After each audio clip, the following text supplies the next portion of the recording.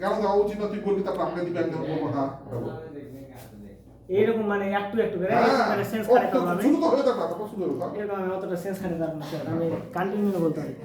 তো যাই হোক বলছি, আপনি কি কি বললেন যে আমি বললাম দেওয়া উচিত, তুই বললি দেওয়া উচিত, ওরা কারণটা তুই আমাকে বল। আমার স্যার বলছে যে মোবাইল বাচ্চাদের দেওয়া উচিত, কিন্তু আমি এর বিপক্ষে। কারণ বাচ্চাদের যদি মোবাইল দেওয়া হয় তাহলে তারা কি হয়, আমাদের থেকেও মানে বড়দের তুলনায় ছোট বাচ্চারা একটু কিছুক্ষণ মোবাইল যদি পায়, তো সেটা দেখতে দেখতে কি এমন পরিস্থিতি তৈরি হয় যে তারা মোবাইল অভ্যস্ত হয়ে যায়, যার ফলে পড়াশোনা সব দিক দিয়ে কি হয়, ড্যামেজ হয়ে যায়। এবং তাই নয়, দীর্ঘ সময় মোবাইল দেখার ফলে যে তাদের বড়দের তো আলাদা ব্যাপার, কিন্তু ছোট বাচ্চাদের আরও চোখ খারাপ হওয়ার সম্ভাবনা থাকে, তাদের ব্রেন লুজ হয়ে যাওয়ার সম্ভাবনা থাকে। এই কারণে আমি মনে করি যে মোবাইল দেওয়া বাচ্চাদের ঠিক না। উপভোক্তা যা বলেছেন তাতে আমি একমত রয়েছি, কিন্তু তার মানে এটা নয় যে দেওয়া উচিত নয়। বর্তমান সমাজে মোবাইলের বহুত প্রয়োজন আছে, আপনারা বোধহয় সেটা বুঝতেই পারছেন। কিছুদিন আগে আমাদের যেরকম আমাদের বাচ্চারা দীর্ঘ একটা ছিল করোনা। এই করোনার মাঝখানে আপনারা নিজেরাই বুঝতে পারছেন সবাই নিজের ঘরে আটকে গেছিল। তো তারা যে নিজেরা তারা শিক্ষা নিবে, কোথার থেকে নিবে? না কোনো টিচারের সাথে যোগাযোগ নাই, কিছু নাই, শিক্ষা নেওয়ার ব্যবস্থাটা আছে।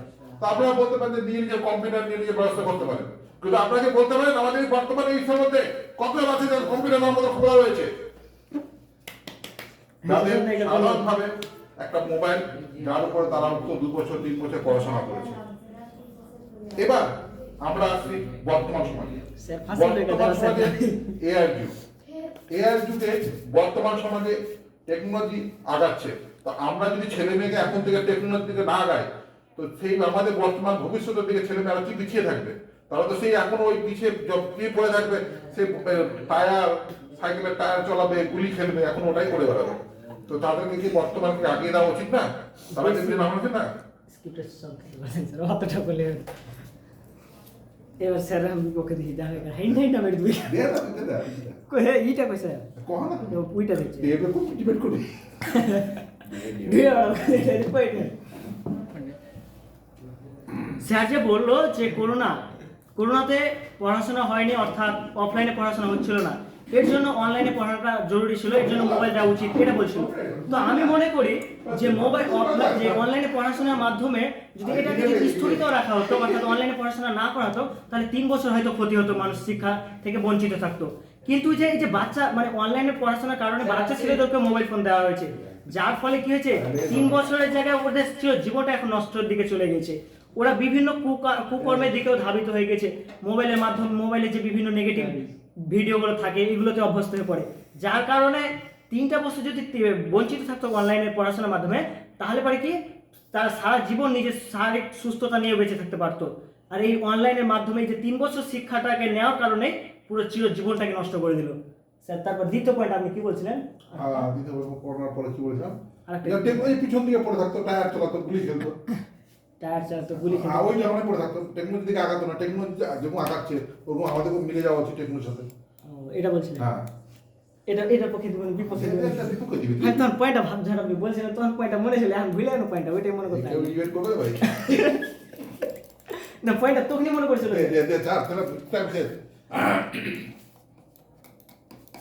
তো যা বললো, আমি যে করোনার 2-3 বছর পিছিয়ে থাকলেও হতো, তারপরে আবার আগিয়ে যেত।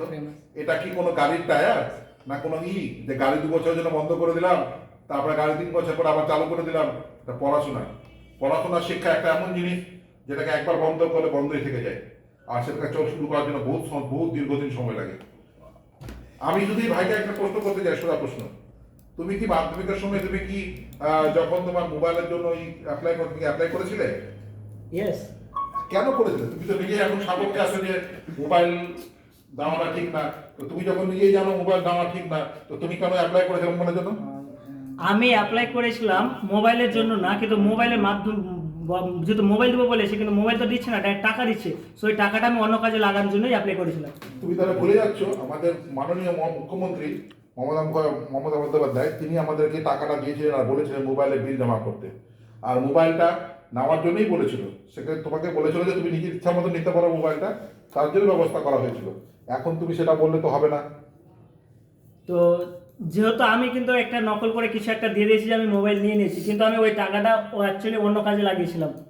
তাহলে তো তুমি যে এখন মাত্র বললা ছেলে মেয়েদেরকে মোবাইল নিয়ে ছেলেরা ভুল পথে চলে যাচ্ছে, তুমি তো নিজেই ভুল পথে মোবাইলে সব কাটে। না তুমি তো নিজেই ভুল করো, তুমি মোবাইলের নাম করে তুমি একটা সেই টাকাটা অন্য কাজে লাগিয়েছো।